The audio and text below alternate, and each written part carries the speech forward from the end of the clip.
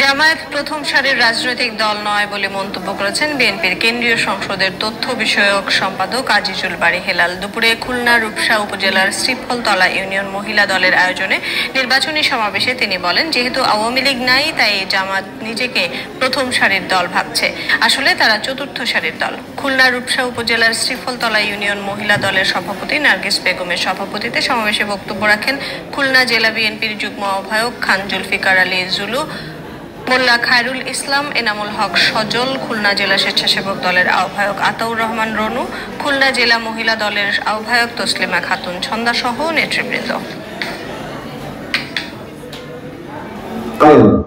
আপনার প্রথমে বলেছি, এবার যে নির্বাচন হবে সেই নির্বাচনে আমাদের সাথে, যেহেতু আওয়ামী লীগ নির্বাচনে আসছে না, তাহলে আমাদের সাথে নির্বাচন হবে জামাতে ইসলামী বাংলাদেশে।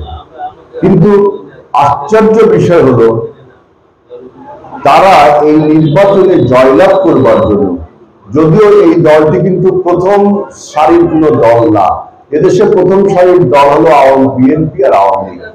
যেহেতু আওয়ামী লীগের এখন অনুপস্থিত, কিন্তু তারা প্রথম সারিতে চলে এসে, তারা এসে এমন একটা ব্যবস্থা করছে যে আমাদের যে পবিত্র ধর্ম ইসলাম, যে মহান ধর্ম, যে ধর্মে আমরা সবাই বিশ্বাস করি এবং সেই ধর্ম পালন করি, সেই ধর্মকে রাজনীতির মাঠে নিয়ে এসছে।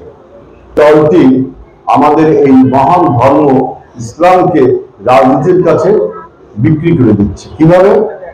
যে